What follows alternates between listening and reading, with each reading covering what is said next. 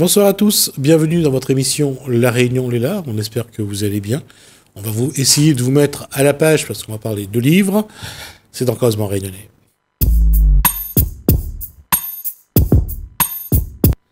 Bonsoir Koussoum Libou. Bonsoir Gismi. Votre invité c'est monsieur Olivier Geneste, qui est un lecteur, qui lit beaucoup de livres. Et donc aujourd'hui, on l'a invité pour qu'il vienne nous parler de ses lectures et qui sont un peu plus diversifiées que les miens parce que on ne lit pas la même chose. Alors c'est pour ça qu'il m'a paru intéressant qu'il vienne sur le plateau. Il lit pas ce que vous lites? Non, il lit pas, parce que moi je suis très romances classiques, de jeunesse, et alors que lui, non, il lit plutôt tous des essais, ceux qui sortent sur la politique et autre chose. Voilà. D'accord. Entre une femme qui cherche une belle histoire d'amour et un homme qui cherche dans quel monde il va vivre, on va essayer de trouver le... On recherche toujours ce qu'on n'a pas. Hein. Voilà. Oui, c'est vrai, c'est quelque chose. Donc Olivier, le premier livre que vous souhaitez nous présenter. Je suis tombé par hasard la semaine dernière, lors d'une présentation d'un livre. Je suis un peu éclipsé et je suis tombé dans les bibliothèques et je suis tombé sur ce bouquin, Naufragé de Tromelin. Je sais pas, je présente comme ça. Donnez-moi, je vais le présenter. Ça va être... Sinon, oui. Alors, voilà donc les naufragés de Tromelin. Ce sont des malgaches, je crois.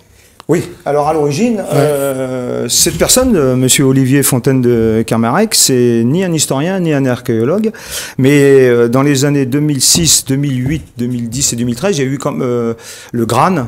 Le groupe de recherche de l'archéologie navale a effectué 4 expéditions sur l'île Tromelin. Et lui, sa spécialité, c'est plutôt la survie en monde tropical. Donc, il a essayé de suivre et lire ce qui avait sorti ces archéologues. Et il est resté dubitatif parce que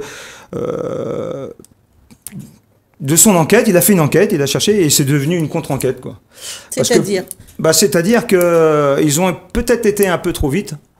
Et le mythe, c'est devenu un mythe, quoi. C'est-à-dire que pour des archéologues professionnels, il y a des grandes failles. Et d'ailleurs, sur quel point de la mythologie? Parce que nous, moi, alors, d'abord, on va resituer l'histoire. Cette histoire remonte à... 1700. L'Utile, c'est un navire qui s'est échoué au Tromelin. Ouais. Avec des passagers, l'Utile... Oui, des malgaches, comme je disais. Des malgaches, oui. Oui, parce qu'il y a eu... Alors, ça, c'est l'information que... Il y a eu une exposition à Stella Matutina il y a un moment. Avec Hippolyte aussi, qui avait dessiné. Voilà. J'ai eu l'occasion de faire une vidéo là-dessus. Donc, c'est pour ça que... J'ai visité ce qu'ils ont mis, et c'est vrai que c'est assez impressionnant ce qu'ont fait ces naufragés à l'île de Tromelin pour pouvoir survivre. Voilà. Donc là, je suis d'accord, et à partir de là, lui, il a fait son enquête. Donc il s'est basé sur des faits réels, sur des bases aussi. Il a fait il a fait un peu le rat de bibliothèque, trouver des vieilles cartes, trouver des documents d'époque. Que selon moi, ça c'est moi, auraient dû faire les archéologues avant de lancer leurs résultats. Donc là, c'est Orphy qui vient de le sortir. Non, je crois qu'il est sorti en 2016 et là il a été réimprimé en 2021. Alors ça titre contre-enquête. Oui, c'est une contre-enquête, c'est intéressant. Attention, la personne ne juge pas, mais elle pose beaucoup de questions et dedans on a quand même les réponses. Je ne vais pas tout vous lire, mais... non, au moins nous donner un élément de contre-enquête. Un exemple typique. La découverte la plus significative conserve une série de récipients en cuivre, 6 au total, de tailles différentes qui portent l'empreinte du travail des esclaves malgaches.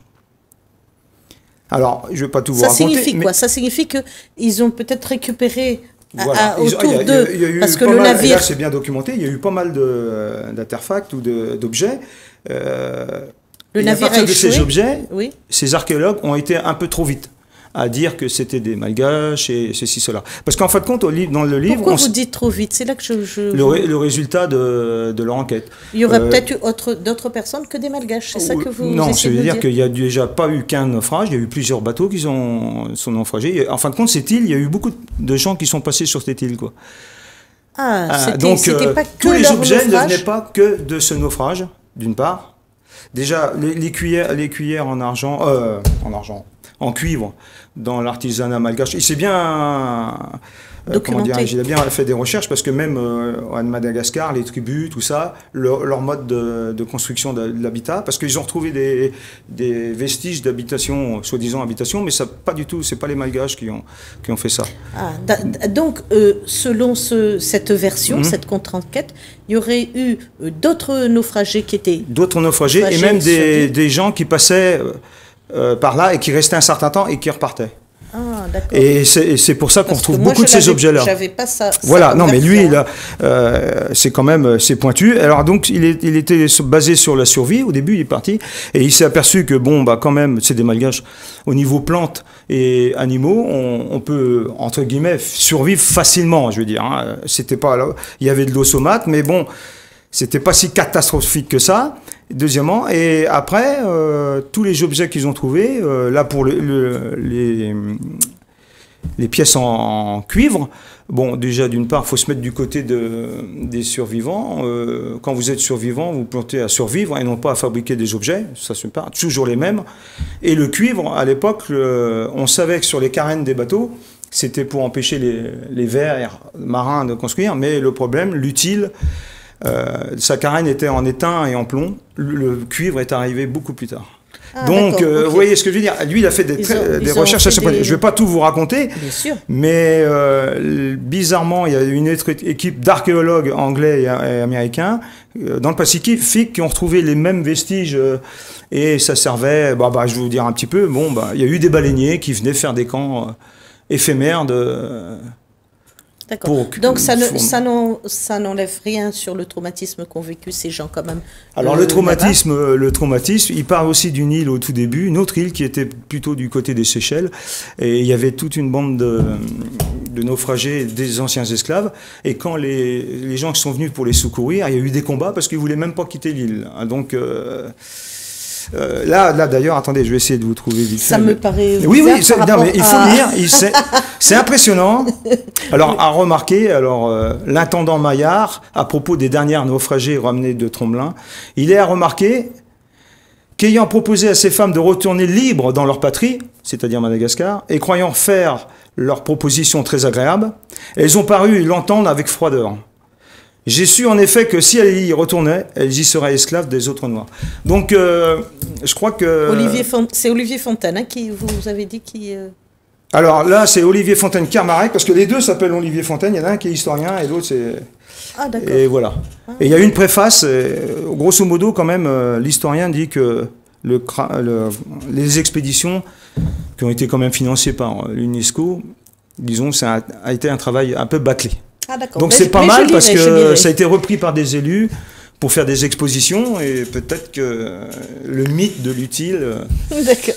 Alors on va enchaîner sur Le vieil homme et l'orphelin. Le vieil homme et l'orphelin, c'est écrit, c'est un concept de lecture-écriture qui est ordinaire. Moi, c'est la première fois que je tombe là-dessus. Jean-Michel Legros avait déjà écrit une première histoire d'amour un peu romancée, 11h19. Et là, dans ce livre, c'est comme un livre philosophique. Alors, je vous montre. D'abord, il nous raconte une histoire. Et ensuite, il nous donne des citations. Et après, il nous laisse une image et on peut écrire. Et ça sur plusieurs thèmes, l'argent, l'amour, c'est par ordre alphabétique et on a plusieurs thèmes et on peut écrire tout au long en fait du livre. On a des pages comme ça où vous reconnaissez et on peut ici s'exprimer. J'ai trouvé bien le concept parce que on peut lire un thème, on peut philosopher dessus et en plus on peut prendre du temps, du recul pour écrire et pour se faire des petits ateliers d'écriture, même en groupe. J'ai trouvé ça bien, donc je vous le recommande. Le vieil homme et l'orphelin, qui vous fait penser au vieil homme et la mère. Hemingway. Ouais.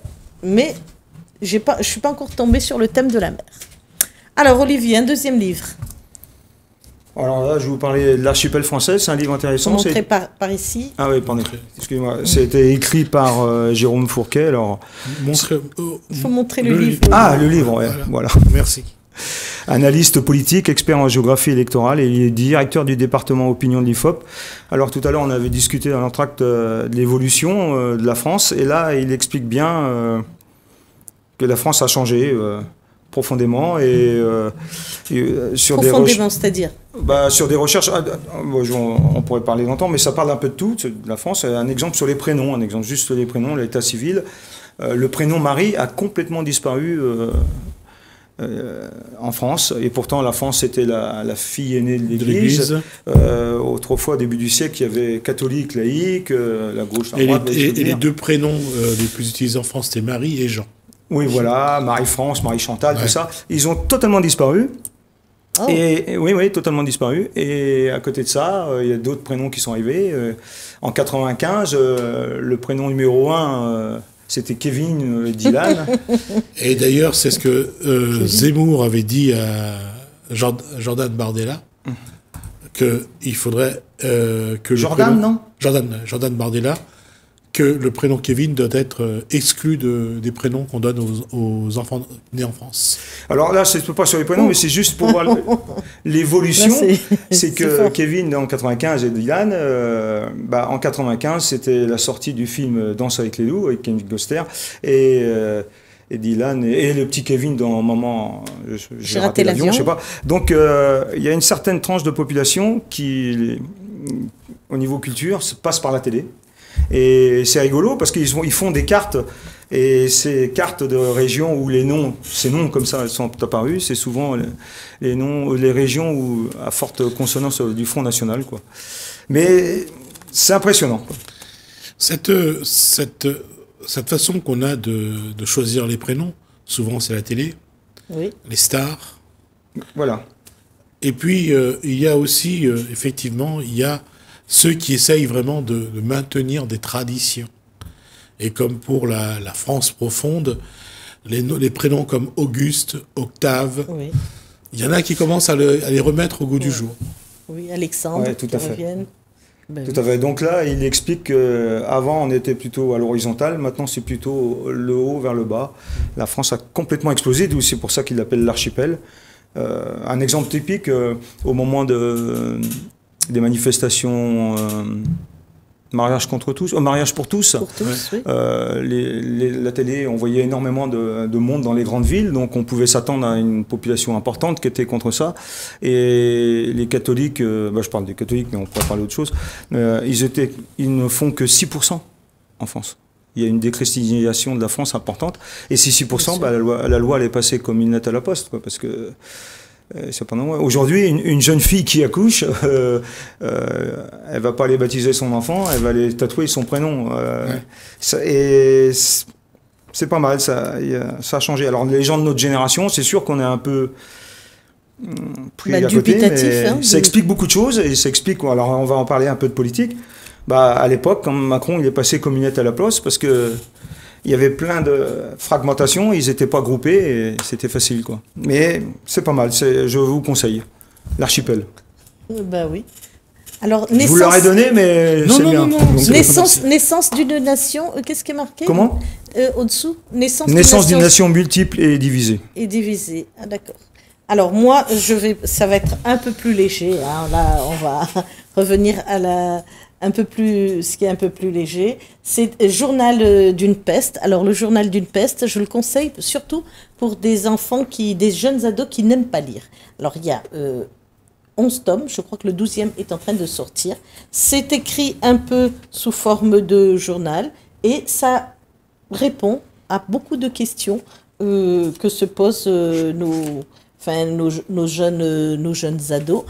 Par exemple, moi, ce que j'aime, alors Fanette, c'est l'héroïne. Hein, celle-là, c'est la peste numéro 1. Fanette, elle, toutes les bêtises qu'elle peut faire, voilà, elle est dedans. Par exemple, elle va être de complicité avec son grand-père pour aller mettre enfin foutre un peu la ouaille dans la maison de retraite de son grand-père. Donc voilà, elle se fait complice de ça. Quand elle n'aime pas un professeur ou un éducateur à l'école, elle va inciter les autres à aller contre l'éducateur. Et donc, tout le temps, on a un peu à la manière les malheurs de Sophie. Je ne sais pas si vous en souvenez. Là, les malheurs de Sophie... un peu, hein, je disais, un peu. Je dirais pas trop. Et donc, ça continue comme ça, et c'est sur 12 tomes. Et donc, les jeunes filles accrochent. Par rapport à ce que vient de dire Kulsum, elle a vraiment envie de foutre le saut. Ah oui, elle, oui. Elle, dans les malheurs de Sophie subit un peu quand même. Voilà. Ouais. Et elle cherche, et d'autant plus que son père, lui, il vit un retour d'âge, il veut faire le jeune aussi. Et donc, on a quand même une drôle d'image de la mère qui essaye de tenir tout ce monde-là. Mais il y a le grand-père qui part, la mère, et puis ses amours. Alors, elle est amoureuse d'un Théo, et puis là, elle essaye de tout faire, de tout mettre enfin, de faire des plans pour réussir. Et il y a la tante Sophie qui débarque, où il y a toujours quelque chose qui contrecarre ses plans. Voilà. C'est à l'image du livre, c'est-à-dire que ça bouge, ça va dans tous les sens. Ah ben ça va dans tous les sens, comme ce qu'il y a dans la tête de la fanette. Hein. Alors, le dernier livre. Ouais, le dernier, il vient juste de sortir, Dos Santos, l'immortel. Alors, c'est un écrivain, un ancien journaliste, il était à la télé portugaise et reporter de guerre, et il a écrit pas mal de thrillers qui sont pas mal, avec toujours le même héros, Thomas, un historien aussi encore. Et là, c'est un thriller. Comment ? Ça là, c'est. Mais c'est basé sur des faits. Toutes les données scientifiques sont vraies. À partir de là, il fait son roman, et c'est pas mal. C'est entre le Nouveau Monde. Ça recoupe un peu comme Homo Deus là. Oui. Je me rappelle plus du nom de l'écrivain là. Noah. L'avenir, les techniques. On parlait de l'évolution. En 1000 ans, on a évolué doucement. Après, au 19e, l'ère industrielle, on a commencé à augmenter. Après guerre 45, ça a été de plus en plus vite. Là, ces dernières années, c'est effarant. Et les 10 prochaines années, ça va être même fantastique, mais ça peut faire peur parce que aujourd'hui, grosso modo, l'immortel, il est né aujourd'hui, quoi. C'est-à-dire, il y a peut-être une personne qui sera immortelle. On est capable. Parce que là, on l'évolution technologique, on sera capable de rendre l'homme immortel. On voit sur la couverture... Oui, c'est le dessin de Da Vinci Code, oui. Léonard de Vinci. Bah ouais, l'homme exceptionnel, quoi. Voilà. Alors attention, ça laisse poser beaucoup de questions parce que... D'ailleurs, on travaille même sur l'ADN et faire l'homme... Alors, quand on parle de l'homme immortel, c'est un peu du type androïde, c'est du type, ça sera du type humain. On est déjà androïde, parce que quand vous allez chez le dentiste, vous changez des pièces. Là, on a vu dernièrement, il y a eu un patient qui a été greffé avec un porc génétiquement modifié, un cœur de porc. Il est mort. Bon, il est mort, oui, bon, on est le début, hein. Ouais. Mais ça va aller de plus en plus vite. Et c'est impressionnant. Il y a eu des équipes américaines et israéliennes qui ont travaillé sur... alors là, le plus gros problème, c'est au niveau du cerveau, parce que là, c'est un grand flou artistique, mais ils ont travaillé sur les gens qui déprimaient, et, comment dirais-je... Ils ont mis des électrodes qui envoyaient des impulsions à l'endroit, et ces gens-là étaient super calmes, ils étaient contents. Sauf une personne qui est revenue parce que ça allait pas du tout. Alors après, plein de... Donc là, on est dans un monde de science-fiction qui... Non, on n'est pas dans le monde, on est dans le monde. C'est pas de la science-fiction, on y est déjà. Il y a 10 ans, on aurait parlé de la reconnaissance faciale, on aurait rigolé. Parce que là, on est dans un thriller, donc ça veut dire qu'il va l'utiliser pour mourir. Pour tuer. Non, il faut lire. Non, mais c'est un thriller. Non, je ne veux pas tout vous dire. Nous, là, j'ai du vous mal. parlez de montres connectées. Mais là, l'avenir, c'est qu'on nous aura un implant et on fera plutôt du préventif que du curatif. Aujourd'hui, si vous êtes malade, vous attendez 2 jours, vous allez voir le médecin. Au bout, le médecin, il dit, je sais pas, on va prendre des rendez-vous avec un spécialiste. Et puis, spécialiste, au bout de 3 mois, on dit, ça y est, monsieur, vous avez un cancer généralisé. Alors que maintenant, avec les données la technologie, on nous mettra un implant et en permanence on saura qui va pas. Tiens, demain il faut que je bois plus un jus d'orange, ça ira mieux demain. Donc c'est pas mal, mais ça pose beaucoup de questions. Alors, j'enchaîne avec Colline Noirot, si on a le temps, je ne sais pas. Avec Colline Noirot, alors là, oui, on est dans la science-fiction, on est dans un roman, on est en 2040. Et effectivement, en 2040, cette jeune fille, elle vit dans un monde, dans une bulle où elle est connectée. Et donc, on lui prend son bilan sanguin, tout est connecté. Elle vit comme ça parce qu'elle a été abandonnée de sa famille. Et puis un jour, à l'âge de 18 ans, on organise une rencontre avec un jeune homme, évidemment, parce que c'est l'âge de se marier. Elle va rencontrer ce jeune homme, je ne vous dis pas plus, et là, elle se rend compte qu'elle était quand même dans un monde purement de science-fiction. Et pour revenir à ce que Olivier disait, le jeune homme lui demande de se débrancher. Il dit, as-tu déjà essayé de te débrancher pour voir ce que ça donne? Et donc là, on bascule dans un autre monde. Et ça se passe entre la Bretagne et la Réunion. Donc c'est une jeune fille qui est un peu métissée des deux. Et Maëvel, cette jeune fille, va découvrir autre chose. Donc des coquelicots et des bleuets. D'où le titre. Et c'est pas de la science-fiction, on y est en plein dedans. Je sais pas si c'est... On aura l'occasion de vous revoir sur ce plateau, j'espère en tout cas. Oui, Olivier Jeunesse, ça a été un plaisir. Merci que le Libou. Malheureusement, on est pris par le temps. Merci à vous de nous avoir suivis. On marque une pause, on se retrouve juste après.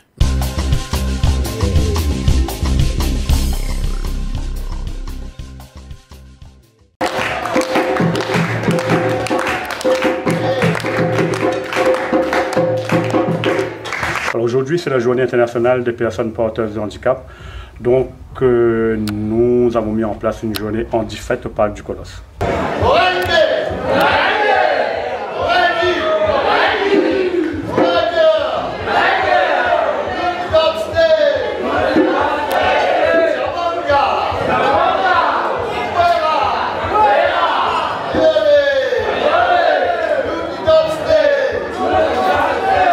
La politique du handicap à Saint-André, comment vous le concevez? Alors, avec la nouvelle municipalité, donc je suis élu depuis juin 2020, nous essayons de mettre en place tout ce qui dit handicap sur Saint-André. Parce qu'on se rend compte que, sans vouloir porter de jugement, ça n'existe pas. Pour moi, il n'y a aucun accompagnement pour les personnes porteuses de handicap. Il y a le CCAS qui essaie de faire un minimum, qui essaie de mettre en place des activités, mais on voit encore qu'il manque ce lien vers le public, vers les familles, vers les personnes qui sont porteuses de handicap et qui sont chez eux. Il y a encore ce grand manque à Saint-André, et c'est à cela que nous voulons pourvoir aujourd'hui. Quelle est votre vision de l'handicap? Comment le faire évoluer? Comment améliorer la vie des personnes handicapées? Alors, la vision du handicap, c'est des personnes qui ont besoin de nous, qui n'ont pas besoin peut-être pas d'aide, mais qui ont besoin d'un accompagnement, qui ont besoin de trouver des solutions, d'avoir des solutions à leurs problèmes. Et voilà, et l'accompagnement, c'est d'être présent, d'avoir une écoute déjà, un endroit où ils peuvent venir, ils peuvent être rassurés, ils peuvent être écoutés. Quel est votre premier projet que vous allez proposer sur le territoire de Saint-André? Nous, le premier projet, il est là aujourd'hui, c'est la journée handi-fête. C'est faire une journée qui va se pérenniser tous les ans, pour permettre aussi de valoriser les jeunes, que ce soit les établissements ou des jeunes dans le milieu ordinaire qui travaillent, qui sont là, qui font des choses, et mettre tout ça en valeur.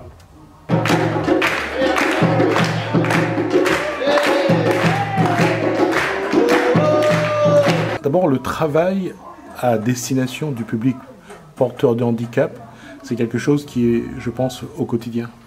C'est justement un travail qui doit se faire au quotidien. Avec les services du CCS, ça passe notamment par le service aide légale sur l'accompagnement des personnes en situation de handicap, plus les familles, sur le montage des dossiers MDPH et autres, et autrement également avec les centres sociaux sur l'inclusion. Quelles sont les actions que le CCS mène à destination du public porteur de handicap? Comme on le disait, donc favoriser l'inclusion à travers les activités qu'on met en œuvre pour les familles de manière globale. Donc essayer d'insérer les personnes en situation de handicap, notamment avec le partenariat avec la LEFPA. Et ensuite de favoriser leur accueil, le développement de leurs droits au sein des différents services du CCAS.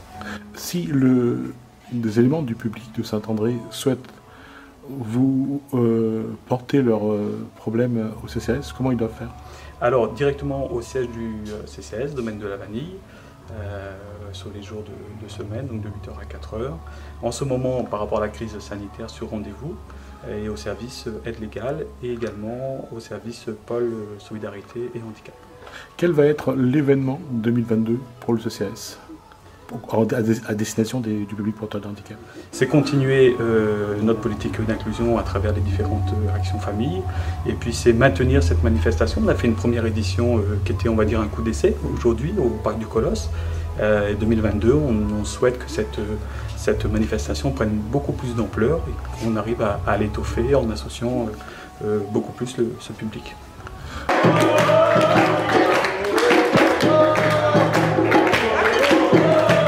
Alors ce projet de la LEFPA, c'est quoi? Alors ça a été déjà de mettre en place des journées sur le handicap, parce qu'il n'existait pas sur la ville de Saint-André. C'était aussi de valoriser ce qui est mis en place sur la LEFPA. Donc on a travaillé pendant des mois auprès de la mairie, du CCAS, pour mettre en place cette journée handifête. Quel sera le principal projet pour 2022? Alors, quelle sera la ligne de conduite pour 2022? Alors on espère que les handifêtes sera reconduit l'année prochaine et qu'on pourra à nouveau être partenaire de cet événement. Et puis sera de mettre en place aussi l'inclusion au maximum des personnes en situation de handicap qu'on accueille sur l'établissement. Pour ceux qui souhaitent découvrir ou connaître un petit peu les compétences de la LEFPA, qu'est-ce qu'ils doivent faire? Alors il y a des numéros qui sont disponibles. Il y a, par exemple, si l'année prochaine le projet est reconduit, il y a des stands informatifs où on est représenté. Donc il y a pas mal de choses qui sont mises en place pour informer sur les dispositifs. Juste pour ceux qui ne connaissent pas, c'est quoi la LEFPA? Alors la LEFPA, c'est une association qui accueille des enfants et des adolescents en situation de handicap, donc diagnostiqués déficience intellectuelle avec ou sans troubles associés. Déficience intellectuelle, donc c'est diagnostiqué par la MDPH et donc ils nous sont orientés. Moi par exemple je travaille sur l'IM Raymond Allard où on accueille des enfants et des adolescents. Il y a aussi le pôle adulte qui accueille des adultes sur des champs un peu plus professionnels. Nous on est là pour développer ou maintenir de l'autonomie dans les actes de la vie quotidienne.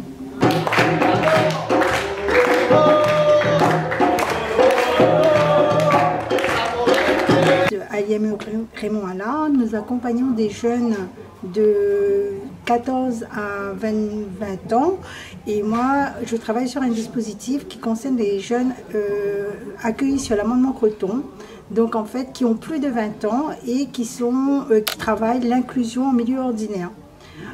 Aujourd'hui, sur cette journée internationale du handicap, en fait, nous avons profité pour travailler avec des partenaires avec lesquels les jeunes ils sont déjà en inclusion, pour faire connaître les partenaires, pour découvrir de nouvelles activités, montrer que les jeunes sont accueillis en institution, mais aussi dans le milieu ordinaire autour d'activités telles que le jardinage, telles que le sport ou bien d'autres activités.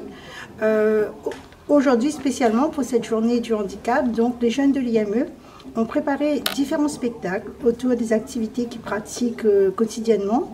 On a des prestations de meringue, prestations de percussion, de la danse, aussi du jardinage.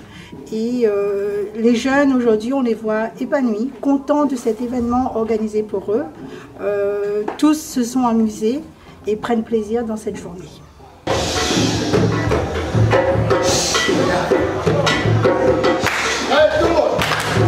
En matière de public porteur de handicap, quels sont les dispositifs mis en place par Corbeil d'Or? Alors, donc, on est un service d'aide à domicile, d'accompagnement à domicile. On intervient auprès d'un public fragile et d'un public en situation de handicap. Donc, on fait de l'accompagnement.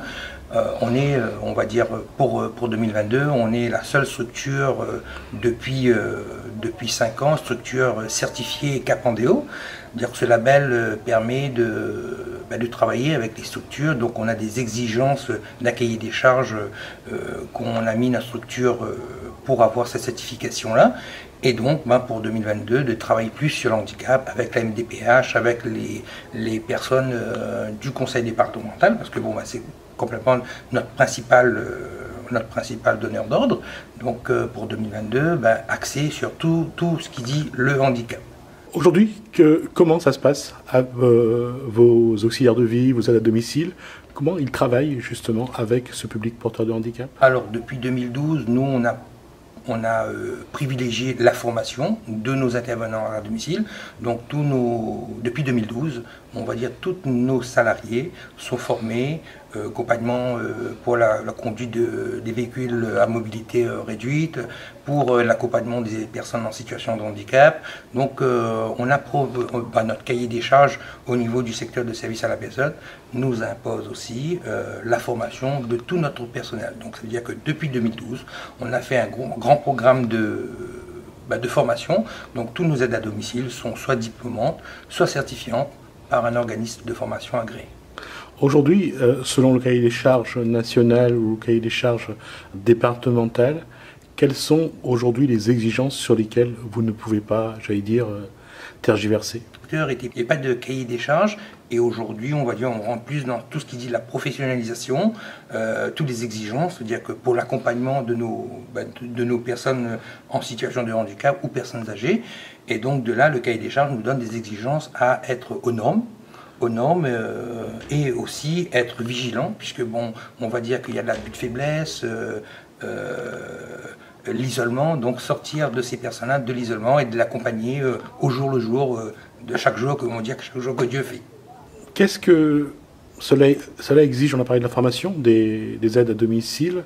Les personnes porteuses de handicap, généralement, qu'est-ce qu'ils attendent de vous? Ils attendent, on va dire, de sortir de l'isolement, puisqu'on va dire, moi-même, mes parents, j'ai mon frère qui est handicapé, qui est tétraplégique. Donc de là, je vois que, c'est-à-dire qu'ils sont isolés. Heureusement, on va dire qu'on a nos parents, on a nos frères et sœurs qui viennent tous les week-ends, on va dire, autour d'une table, discuter. C'est la présence humaine pour pouvoir sortir de leur quotidien, qui sont isolés chez eux.